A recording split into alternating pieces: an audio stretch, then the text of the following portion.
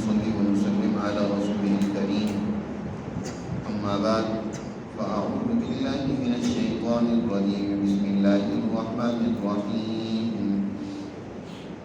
الحمد لله الذي أنزل على عبده الكتاب ولم يجعل له عوجا قيما لينذر بأسا شديدا من لدنه ويبشر المؤمنين الذين يعملون الصالحات أن لهم أجرا حسنا ماكثين فيه أبدا وينذر الذين قالوا اتخذ الله ولدا ما لهم به من علم ولا لآبائهم كبرت كلمة تخرج من أفواههم إن يقولون إلا كذبا فلعلك باخع نفسك على آثارهم إن لم يؤمنوا بهذا الحديث أسفا إنا جعلنا ما على الأرض زينة لها لنبلوهم أيهم أحسن عملا وإنا لجاعلون ما عليها صعيدا جرزا صدق الله العظيم.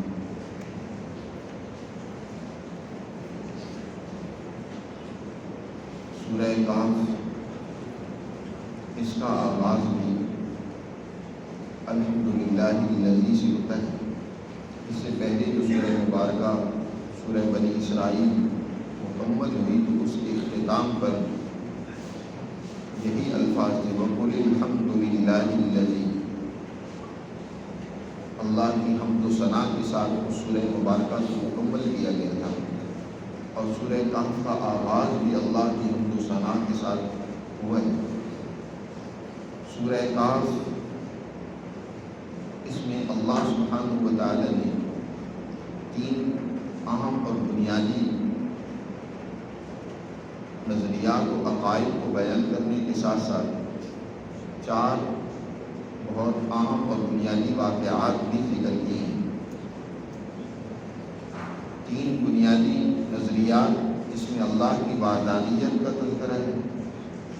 اور نبی کریم صلی اللہ علیہ وسلم کی رسالت کا بیان ہے اور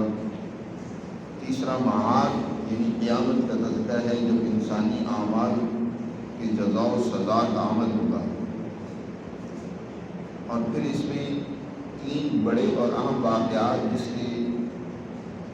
ضمن میں بہت اہم مضامین بیان ہوئے ہیں. ایک اصحاب کہف کا واقعہ ہے اور دوسرا واقعہ حضرت موسیٰ اور حضرت خضر علیہ السلام کا ہے اور تیسرا واقعہ ذوالقرنین کا ہے. یہ واقعات جب آئیں گے وہاں تفصیلات ان واقعات کی بیان کی جائے گی. اور ایک واقعہ ایک ایسے سرمایہ دار کی سرمایہ دارانہ ذہنیت اور نفسانیت کا تجزیہ کیا ہے قرآن نے جو سرمایہ اور دولت کی بنیاد پر انسانیت کو تحقیر کی نظر سے دیکھتا ہے اور چاہے اس کا قریبی ہی کیوں نہ ہو اس کو بڑی حقارت کی نظر سے دیکھتا ہے اور اس کی تذلیل و تحقیر کرتا ہے اور یہ سمجھتا ہے کہ دنیا کی اور آخرت کی ساری بنائیاں اللہ نے بس میرے ہی لیے لکھی ہیں. قرآن نے بڑی تفصیل کے ساتھ سرمایہ دارانہ نظریات اور افکار اور نفسیات کا تجزیہ و تحلیل و تجزیہ بھی کیے ہیں. سب سے پہلے اللہ سبحانہ و تعالی نے اپنا یہ کلام مقدس نبی کریم صلی اللہ علیہ وسلم پر نازل کر کے نوع انسانیت کی زندگی کے تمام شعبہ جات کے حوالے سے جو رہنمائی کی ہے اس کو واضح کی. فرمایا الحمدللہ الذی انزل علی عبدہ الکتاب ولم یجعل لہ عوجا. ہم ان تمام کمالات ان تمام خوبیوں کے لیے لفظ یہ بولا جاتا ہے جو کسی ذات سے اس کے اپنے اختیار اور ارادے سے وہ خوبیاں اور کمالات سرزد ہوں. بہت ساری خوبیاں انسانوں میں ایسی موجود ہوتی ہیں جو ان کی کوئی ذاتی نہیں ہوتی کسی کی عطا کردہ ہے ان پر حمد کا لفظ نہیں بولا جاتا. مثلا کسی انسان میں حسن ہے یا کوئی اور اس طرح کی خوبی ہے تو وہ اس کی اپنی ذاتی نہیں ہے بلکہ اللہ کی عطا کر رہا ہے، اس لیے اس کے لیے مدح کا لفظ استعمال کیا جاتا ہے۔ حمد کے الفاظ صرف ذات باری تعالیٰ کے لیے بولے جائیں گے، کیونکہ اللہ کی ہر خوبی ذاتی ہے، کسی کی عطا کردہ نہیں۔ اور یہاں جس خوبی کا تذکرہ کیا جا رہا ہے، خاص طور پر جس کا بیان یہاں مقصود ہے، بے شمار پہلوؤں سے اللہ قابل حمد و ستائش ہے، لیکن سب سے بڑی خوبی اور اس کی عنایت اور اس کا فضل یہ ہے کہ اس نے اپنے بندوں کی ہدایت کا سامان کیا، ان کی طرف اپنی ایسی کتاب نازل کی ہے جس کے اندر کسی قسم کی کجی، کسی قسم کا کوئی اس کے اندر ٹیڑھا پن اور اس کے سمجھنے میں کسی قسم کی کوئی کمی باقی نہیں ہے، بالکل واضح دو فطرت کے مطابق اللہ کی یہ رہنمائی جناب رسول اللہ صلی اللہ علیہ وسلم پر اللہ نے اتار کر انسانیت کی ہدایت کا سامان کیا۔ الحمدللہ الذی انزل علی عبدہ الکتاب ولم یجعل لہ عوجا۔ عبد کا لفظ بھی جب مطلقاً بولا جاتا ہے تو اس سے مراد کامل فرد ہوتا ہے، اور عبدیت میں کامل ترین فرد جناب رسول اللہ صلی اللہ علیہ وسلم کی ذات گرامی ہے۔ تو یہاں عبد سے مراد حضور صلی اللہ علیہ وسلم کی ذات ہے۔ اللہ وہ ذات ہے جس نے اپنے بندے یعنی محمد صلی اللہ علیہ وسلم پر الکتاب کو نازل فرمایا، اور الکتاب جب مطلق ذکر کیا جائے تو اس سے مراد وہ جامع ترین کتاب اور قانون اور ضابطہ حیات ہوتا ہے جو زندگی کے ہر شعبے کے حوالے سے انسانیت کی مکمل رہنمائی کر رہا ہو، اس کے معاش، اس کی معاشرت، اس کی سیاست، اس کی معیشت، زندگی کے ہر پہلو کے حوالے سے جس میں رہنمائی ہوئی ہے۔ تو اللہ نے جو بہت ہی تعریفوں اور خوبیوں اور کمالات کا مالک ہے، اس کا ایک کمال یہ ہے کہ اس نے اپنے بندے یعنی محمد صلی اللہ علیہ وسلم پر الکتاب کو نازل کیا، اور اس کے آگے 3 صفات ذکر کی۔ پہلی صفت تو یہ کہ وَلَمْ يَجْعَلْ لَهُ عِوَجًا، اس کتاب کے اندر کسی قسم کی کوئی معنوی اعتبار سے، کوئی لفظی اعتبار سے کسی قسم کی کوئی کجی تمہیں نظر نہیں آئے گی، کمی نظر نہیں آئے گی۔ عوج عین کی کسرے کے ساتھ معنوی اعتبار سے کسی کلام میں کوئی کجی ہو، اس کا مفہوم واضح نہ ہو، اس کی رہنمائی مکمل نہ ہو تو اس کو عوج کہا جاتا ہے۔ اور عین کے فتح کے ساتھ ظاہری طور پر یعنی اس کے الفاظ میں وہ حسن و خوبی نہ ہو، اس کے الفاظ میں کسی قسم کا کہ وہ کامل الفاظ نہ ہوں، بہت ہی محدود الفاظ ہوں، اس کے الفاظ کے اندر وہ حسن و خوبی موجود نہ ہو تو اس کو عوج کہا جاتا ہے۔ تو قرآن مقدس اپنے ظاہری اعتبار سے بھی، اپنی رہنمائی اور معنویت کے اعتبار سے بھی کامل و مکمل ہے، اس میں کسی قسم کی کوئی کمی نہیں ہے۔ دوسری صفت ذکر کی قیمہ، قیم قوام سے ہے کہ یہ صرف یہی نہیں کہ اس کے اندر کسی قسم کی کمی نہیں ہے، کجی نہیں ہے، بلکہ یہ قیم بھی ہے، قائم کرنے والا ہے،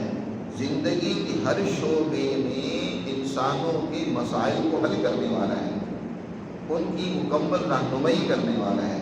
چاہے سیاست کا میدان ہو، چاہے انسانی معاش ہو یا ان کا معاد ہو، ان کی اخلاقیات ہوں، ان کی حسن معاشرت ہو، ہر اعتبار سے قیماً قرآن مجید یہ انسانیت کو کھڑا کرنے والا ہے، ان کو اپنے انتہائی کمال کی طرف لے جانے والا ہے، ان کی رہنمائی کرنے والا ہے۔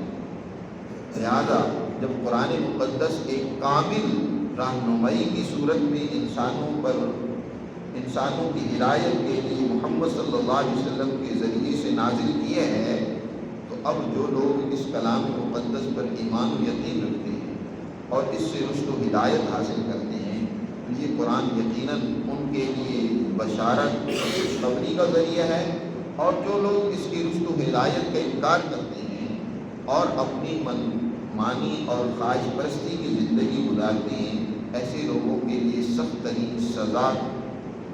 اور سخت ترین عبرتناک انجام کا بھی تذکرہ کرتا ہے، ان کے لیے انذار ہے۔ تیسری صفت ذکر کی، لِيُنذِرَ بَأْسًا شَدِيدًا مِّن لَدُنْهُ، یہ قرآن ہم نے اس لیے نازل کیا اپنے محمد صلی اللہ علیہ وسلم پر، تاکہ ڈرائے لوگوں کو سخت ترین سزا سے، بأسًا شدیدا۔ یاد رکھیں قرآن میں عذاب کے الفاظ بھی آتے ہیں اور اس طرح کے بأس شدید کے جیسے الفاظ ذکر کیے گئے ہیں۔ عذاب عربی کا لفظ ہے جس کا معنی ہوتا ہے سزا۔ اس سے مراد ہم عام طور پر جب عذاب کا ذکر کیا جاتا ہے تو مراد آخرت کا عذاب لیتے ہیں، آخرت کی سزا کی، دنیا کی سزا کی۔ اللہ سبحانہ و تعالی قرآن میں جگہ جگہ اس بات کو واضح کرتے ہیں کہ سزا اللہ تینوں عوالموں میں انسانوں کو دے گا، بلکہ 4 عوالم، 4 مواطن۔ سب سے پہلا موتن تو انسان کے لیے دنیا ہے، پھر یہاں سے گزر کر انسان جب برزخ میں قبر میں منتقل ہو جاتا ہے، پھر وہاں سے جب آگے انسان حشر میں پہنچے گا، تیسرا موتن، اور چوتھا موتن یہ ہے کہ جب انسان اپنی آخری منزل جنت میں یا جہنم میں پہنچ جائے گا۔ یہ 4 مواطن ہیں انسان کی۔ تو اللہ کی سزا چاروں مواطن و مواقع پر ہوتی ہے، البتہ اس کی نوعیت الگ الگ ہوتی ہے۔ دنیا میں بھی خود قرآن میں اللہ نے دوسری جگہ پر فرمایا وَلَنُذِيقَنَّهُم مِّنَ الْعَذَابِ الْأَدْنَىٰ دُونَ الْعَذَابِ الْأَكْبَرِ، ہم یقیناً ان کو مزہ چکھائیں گے عذاب کا، سزا کا، دنیا کے اندر بھی بڑے عذاب سے پہلے۔ چھوٹا عذاب بھی ہم ان کو دیں گے، لیکن بڑا عذاب جو آخرت میں ملے گا اس سے پہلے دنیا میں بھی ان کو عذاب اور سزا ملے گی۔ اور اسی طرح دوسری جگہ پر فرمایا قرآن سے، اللہ کی تعلیمات سے انحراف کرنے کے نتیجے میں کہ ذَلِكَ لَهُمْ خِزْيٌ فِي الدُّنْيَا وَلَهُمْ فِي الْآخِرَةِ عَذَابٌ عَظِيمٌ، یہ تو دنیا کی ذلت اور رسوائی ہے ان اہل کتاب کے لیے، اور آخرت کا عذاب بہت بڑا ہے۔ تو یہاں پر بھی اللہ نے یہ جو بات ارشاد فرمائی ہے کہ لِيُنذِرَ بَأْسًا شَدِيدًا، اس بأس شدید سے مراد صرف آخرت کی سزا نہیں ہے، دنیا کی سزا بھی ہے کہ جو اللہ کی ان تعلیمات سے انحراف کر کے زندگی گزارنا چاہتا ہے تو وہ دنیا میں بھی اللہ کے سخت ترین عذاب میں مبتلا ہوں، جیسے مبتلا ہوئے سب سے پہلے جو قرآن کے مخاطب قریش تھے، جنہوں نے تو اللہ کی تعلیمات کو مانا، یقیناً وہ دنیا میں بھی کامیاب ہوئے، دنیا میں بھی سرخرو ہوئے، عزت انہوں نے پائی، ان کو ترقیات حاصل ہوئی، دنیا کے فاتح بنے۔ اور جنہوں نے اللہ کی تعلیمات کو جھٹلایا، ابو جہل کو ذلت اور رسوائی کے ساتھ مارے گئے، ان کو سزا ملی دنیا میں بھی، اور آخرت کی سزا تو بڑی ہے۔ تو فرمایا اس لیے ہم نے نازل کیا کہ لِيُنذِرَ بَأْسًا شَدِيدًا، کہ سخت ترین سزا کے حوالے سے متنبہ اور خبردار کر دے، ڈرائے، مِن لَدُنْهُ کی یہ سزا اللہ کی طرف سے ان پر ضرور آئے گی۔ وَيُبَشِّرَ الْمُؤْمِنِينَ، اور جو تو اس پر ایمان لانے والے ہیں، اس قرآن مقدس کی تعلیمات کو مانتے ہیں، اس پر عمل کرتے ہیں، الَّذِينَ يَعْمَلُونَ الصَّالِحَاتِ، وہ مومنین کون ہیں جو اچھا کردار اور عمل کرتے ہیں، أَنَّ لَهُمْ أَجْرًا حَسَنًا، کہ بے شک ان کے لیے اجر حسن ہے، بہت عمدہ اور بہتر اجر ہے۔ اجر سے اجرت اور انعام مراد ہے، تو یہ بھی آخرت میں ہی نہیں، دنیا میں بھی اللہ انعام سے، اجر حسن سے نوازے گا، کہ ایسے لوگوں کو اللہ ترقیات و کامیابی سے امتنان کرے گا۔ مَاكِثِينَ فِيهِ أَبَدًا، اور یہ اجر ان کو ہمیشہ ملے گا، ہمیشہ اس اجر میں رہیں گے۔ اور ایک خاص پہلو کے حوالے سے قرآن متنبہ اور خبردار کرتا ہے، وہ جو قوموں کے اندر ایک گمراہی اس حوالے سے پیدا ہو گئی تھی کہ اللہ سبحانہ و تعالیٰ کے حوالے سے لوگوں نے عجیب و غریب نظریات بنا لیے تھے۔ دنیا میں 3 اقوام، 3 قسم کی قومیں ہیں جن کا قرآن نے بڑی تفصیل کے ساتھ تذکرہ کیا ہے، اور ان کی گمراہی، ان میں جو گمراہیاں پیدا ہوتی ہیں اس کا بھی قرآن نے تفصیلی تذکرہ کیا ہے۔ ایک یہود و نصارہ، اور دوسرا سابئین، اور تیسرے ان کے مقابلے میں منافقین۔ یہ 3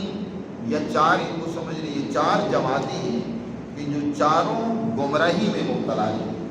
اور انہوں نے رائے حق کو ترک کر دیا، چھوڑ دیا۔ ان میں سے اہل کتاب کی دو جماعتیں، یعنی یہودی بھی اور عیسائی بھی، ان دونوں کو اہل کتاب کہا جاتا ہے۔ اور دوسرے ان کے مقابلے میں سابعین ہیں۔ سابعین یاد رکھیں ان تمام اقوام کو کہا جاتا ہے جو کسی کتاب کو نہیں مانتے۔ یہود و نصارہ کے بارے میں تو ہم اکثر جانتے ہیں، یہودی تورات کو ماننے والے تھے، نصارہ انجیل کو ماننے والے تھے۔ سابعین دنیا کی دیگر اقوام جیسے ہندوستان کی یہ بدھسٹ ہوں، ہندو مت ہوں، جتنی ہندوستان کی چین کے رہنے والے چینی قومیں ہوں، یا دنیا کی جتنی بھی دیگر اقوام ہیں جو کسی کتاب کو، آسمانی اور الہی کتاب کو ماننے والے نہیں ہیں، تو ان کو سابعین کہا جاتا ہے۔ قرآن میں سابعین کے الفاظ ہیں، الذین آمنوا والذین ہادوا والصابئین والنصارى ذکر کیا۔ سابعین قوموں کے اندر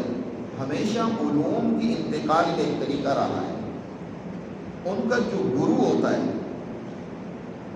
وہ گرو اپنی اس دھیان والے اپنے اس مرید کو جس پر وہ توجہ ڈالتا ہے اس کو سب سے پہلے اپنے بیٹے کے درجے میں لے آتا ہے، اس کو اپنا بیٹا سمجھتا ہے، اور بیٹا سمجھ کر اس پر وہ اپنے قلب کے ذریعے سے علم منتقل کرتا ہے، اس پر توجہ ڈالتا ہے اور اس کی تربیت کرتا ہے۔ چنانچہ اس کے بارے میں کہا جاتا ہے جو اس کا مرید ہوتا ہے کہ یہ اس کا بیٹا ہے، روحانی بیٹا اس کو مانتے ہیں، اور جس گرو نے اس کو تربیت دی ہوتی ہے، اس پر دھیان دیا ہوتا ہے، یقیناً وہ بھی کسی کا بیٹا ہوتا ہے، کسی سے اس نے بھی تربیت اور دھیان دیا ہوتا ہے، اور وہ کسی اور سے تربیت یافتہ ہوگا۔ اسی طرح سلسلہ چلتے چلتے چلتے وہ کہتے ہیں کہ آخری انسان جس نے تربیت لی ہے وہ بیٹا ہے در حقیقت اللہ کا، کہ اس نے اللہ سے وہ علم، فیض اور کمال حاصل کیا۔ انہوں نے ابتدا میں ہو سکتا ہے کہ اس کو محض روحانی طور پر بیٹا تسلیم کیا ہو، لیکن رفتہ رفتہ ان میں یہ چیز پھیل گئی کہ وہ حقیقی بیٹا ہے۔ اللہ کی بھی اولاد اسی تصور سے انہوں نے بنا لی کہ یقیناً جس نے اللہ سے فیض لیا تھا وہ اللہ کا بیٹا تھا۔ اللہ سبحانہ و تعالیٰ نے ان کے اس نظریے کی تردید کی ہے کہ اللہ اپنے بندوں پر اپنے علوم نازل کرتا ہے، جیسے محمد رسول اللہ صلی اللہ علیہ وسلم پر جو اللہ کے بندے ہیں ان پر اس نے اس کتاب ہدایت کو نازل کی ہے۔ لیکن اللہ کی کوئی اولاد ہو کہ کسی کو اللہ نے بیٹا بنا لیا ہو اور وہ اس کی خدائی میں شریک ہو، اس کے معاملات میں دخل دینے کا اختیار رکھتا ہو، ایسی قطعاً بات نہیں ہے۔ قرآن مقدس ہم نے اس لیے بھی نازل کی ہے تاکہ انسانوں کو اس حوالے سے خبردار کر دیں، انہیں ڈرائیں، وَيُنذِرَ الَّذِينَ ان لوگوں کو خاص طور پر ڈرائیں جنہوں نے کہا کہ اتخذ اللہ ولدا، اللہ نے اولاد بنا لیا۔ اور یہی نظریہ سابعین سے اہل کتاب میں بھی منتقل ہوا، کیونکہ پہلے دنیا کے اندر سابی قومیں زیادہ تھیں۔ حضرت ابراہیم علیہ السلام سے پہلے کی جتنی اقوام ہیں وہ سابی قومیں کہلاتی ہیں۔ اب ان سے ہی یہ نظریہ عیسائیوں میں بھی منتقل ہوا، یہودیوں میں بھی منتقل ہوا۔ انہوں نے بھی کیا کر لیا، اپنے انبیاء اور اپنے اولو العزم لوگوں کو خدا کا بیٹا قرار دیا۔ اور بیٹے کا لفظ عام طور پر ضروری نہیں کہ حقیقی بیٹے کے لیے بولا جاتا ہو، بلکہ پیار و محبت کے لیے بھی یہ لفظ بولا جاتا ہے۔ ہم عام طور پر کسی اپنے بچے کو، کوئی بھی بچہ ہو محلے کا، پڑوس کا، تو ہم اس کو کہتے ہیں بیٹا یہ ذرا کام کرنا، اس کو پیار سے بلا رہے ہوتے ہیں۔ یہ مطلب نہیں ہوتا کہ وہ حقیقی اس کا بیٹا ہو۔ انبیاء میں سے بعض انبیاء نے اگر کہیں بیٹے کا لفظ کا اطلاق کیا ہے تو اس سے مراد ان کا وہ حقیقی بیٹا نہیں تھا، بلکہ اس سے مراد در حقیقت وہی اللہ کا پیارا ہونا مراد تھا۔ لیکن بعد میں آنے والے قوموں نے، بعد میں آنے والے ان کے پیروکاروں نے اس کو حقیقی معنی میں استعمال کرنا شروع کر دیا کہ وہ حقیقتاً گویا کہ اللہ کا بیٹا ہے۔ تو اللہ نے اس کی نفی کی کہ نہیں اللہ کا کوئی حقیقی بیٹا نہیں، لم یلد ولم یولد، نہ تو اس کی کوئی اولاد ہے اور نہ وہ کسی کی اولاد ہے، وہ تو احد ہے، قل هو اللہ احد۔ احد اس ذات کو کہتے ہیں کہ جو اول بھی ہوئی آخر بھی ہوئی، جس کے اندر کوئی ثنویت نہ ہو، کوئی دوسری ذات اس میں شریک نہ ہو، وہ ذات احد کہلاتی ہے۔ تو اللہ سبحانہ و تعالیٰ نے یہاں اس بد عقیدے کی بھی نفی کر دی کہ جنہوں نے کہا اتخذ اللہ ولدا، اللہ کہتا ہے یہ جو انہوں نے اولاد اللہ کی مانی، اس کا کوئی ان کے پاس علم ہو، ثبوت ہو، دلیل ہو، محض ایک بات لوگوں میں کہہ دینا، ایک بات کا عقیدہ اور نظریہ بنا لینا بغیر کسی ثبوت اور دلیل کے، معلوم بھی نہیں، ان کے پاس کوئی علم نہیں، اور یہ کہتے ہیں کہ یہ بات ہماری ابا و اجداد سے چلی آ رہی ہے، ولا لآبائہم، ان کے پاس بھی کوئی علم نہیں اور ان کے باپ دادا کے پاس بھی کوئی علم نہیں تھا۔ جن کی یہ باتیں نقل کر رہے ہیں وہ بھی ایسی گمراہی در گمراہی ان کی طرف بڑھتی چلی آئی ہے، بلکہ ہر آنے والے نے پہلے سے زیادہ ہی گمراہی میں حصہ ڈالا۔ ہمیشہ جو غلط رسومات، غلط عادتیں، نظریات قوموں میں پھیلتی ہیں، ابتدا میں تو وہ معمولی ہوتی ہے یا ان کا مقصد کچھ اور ہوتا ہے، لیکن رفتہ رفتہ وہ گمراہی کی صورت اختیار کر لیتے ہیں۔ جیسے مسافر کسی جگہ پر اس نے رات قیام کیا، جن لوگوں نے ان کی مہمان نوازی کی تو انہوں نے کھانا دینے کے ساتھ ایک ڈنڈا بھی ساتھ رکھ دیا۔ وہ بڑا پریشان ہوا کہ لگتا ہے ڈنڈا اس لیے رکھا ہے کہ کھانے کے بعد میری پٹائی کرے، ڈنڈے کے رکھنے کا تو مطلب سمجھ نہیں آ رہا۔ باقی اس نے ڈرتے ڈرتے کھانا تو کھا لیا اور ڈر رہا تھا کہ اب پتہ نہیں کب میری ڈکریشن ہوتی ہے، میری پٹائی کرتے ہیں، لیکن جب وہ برتن اٹھا کر لے گئے تو ساتھ ڈنڈا بھی لے گئے۔ وہ بڑا پریشان ہوگا، اس ڈنڈے کا کیا مقصد تھا، میری سمجھ میں تو نہیں آیا۔ اس نے گھر والوں کو بلایا، ان سے پوچھا کہ یار میں نے کھانا تو کھایا، بہت اچھا تم نے کھانا تیار کیا، تواضع کی، میں بہت اس پر خوش اور آپ لوگوں کو ممنون ہوں، لیکن ایک بات میری سمجھ میں نہیں آ رہی، یہ ڈنڈا تم نے ساتھ رکھا اور پھر برتنوں کے ساتھ اس کو بھی اٹھا کر لے گئے، وہ ڈنڈا کیا مجھے ڈرانے کے لیے ساتھ رکھا کہ کھانا میں تھوڑا کھاؤں، یہ کیا مقصد تھا؟ گھر والوں نے بتایا کہ ہمیں بھی اس کا مقصد نہیں معلوم، بس ہمارے ہاں رواج چلا آ رہا ہے کہ جب بھی مہمان کے لیے کھانا رکھتے ہیں تو ساتھ ڈنڈا بھی رکھ دیتے ہیں۔ کہا رواج ایسے نہیں پڑتے، اس کے پیچھے کوئی نہ کوئی حکمت ہوتی ہے، تو آپ ایسا کرو کہ اس گاؤں کا جو کوئی عمر رسیدہ ہو، بڑا بوڑھا ہو، جو اس رواج کی کچھ ابتدائی اور آغاز کی باتوں کو جانتا ہو، مجھے اس سے ملواؤ۔ وہ ایک بڑے بوڑھے کے پاس لے گئے جو کہ 100 سال کے قریب تھا۔ اس نے اس سے پوچھا کہ یہ ڈنڈا لوگ رکھتے ہیں مسافر اور مہمان کے ساتھ، اس کا کیا مقصد ہے؟ اس نے بتایا کہ اصل بات یہ ہے کہ شروع میں یہ جب یہ رسم چلی تو طریقہ یہ تھا کہ لوگ جب کھانا دیتے تھے تو ساتھ خلال، دانت صاف کرنے کے لیے، گوشت انسان کھاتا ہے تو دانتوں میں پھنس جاتا ہے، تو خلال جو ہے نا وہ ساتھ رکھا جاتا تھا۔ بعد میں اولاد نے، آنے والوں نے کہا کہ یہ پتہ نہیں، ان کو سمجھ نہیں آئی کہ یہ خلال کیوں رکھا جاتا ہے، اگر یہ تنکے رکھنی ہے تو تھوڑے سے بڑے رکھے جائیں، یہ چھوٹے رکھنے کا کیا مطلب ہے؟ تو انہوں نے ان چھوٹے تنکوں کو بڑا کر دیا، اور ان کے بعد میں آنے والوں نے کہا کہ ہمارے باپ دادا اگر یہ تنکے رکھتے تھے تو یہ تو بہت تھوڑے ہیں، اس کو تھوڑا سا اور بڑا کر دیتے ہیں، چلو ذرا بڑا نظر بھی آئے، پتہ بھی چلے، تو انہوں نے اس کو اور بڑھا دیا، اور اس طرح یہ خلال بڑھتے بڑھتے آج ڈنڈا بن گیا۔ آغاز تو خلال سے ہوا، وہ پہنچ گیا ڈنڈے پر۔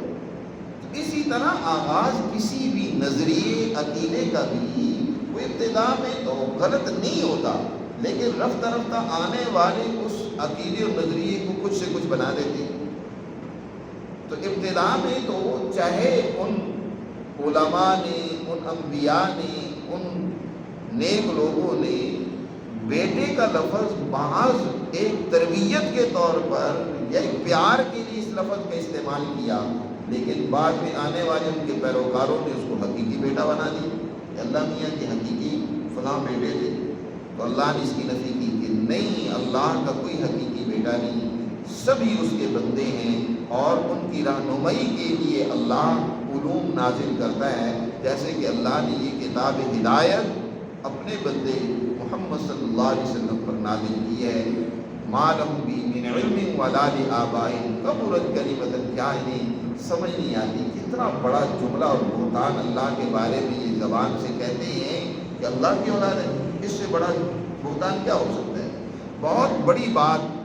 جو یہ منہ سے نکال رہی ہیں وہ یہ ہے کہ یہ کہتے ہیں کہ اللہ کی اولاد ہے، ان یقولون الا کذبا، یہ سوائے جھوٹ اور بہتان کے کچھ بھی نہیں ہے کہ اللہ پر یہ جھوٹی باتیں اللہ پر منسوب کر رہے ہیں اور اس کے بارے میں کہہ رہے ہیں۔ تو یہاں تک اللہ سبحانہ و تعالیٰ نے انسانیت کی ہدایت اور رہنمائی کے لیے یہ کتاب مقدس نازل کی ہے، اپنے پیغمبر صلی اللہ علیہ وسلم پر اس کا تذکرہ کیا ہے، اور اس کتاب ہدایت کی بنیادی 3 اوصاف یہاں ذکر کیے ہیں۔ آگے نبی پاک صلی اللہ علیہ وسلم کی رسالت اور منصب کا تذکرہ ہے، اس پر انشاءاللہ آئندہ درس میں بات کریں گے۔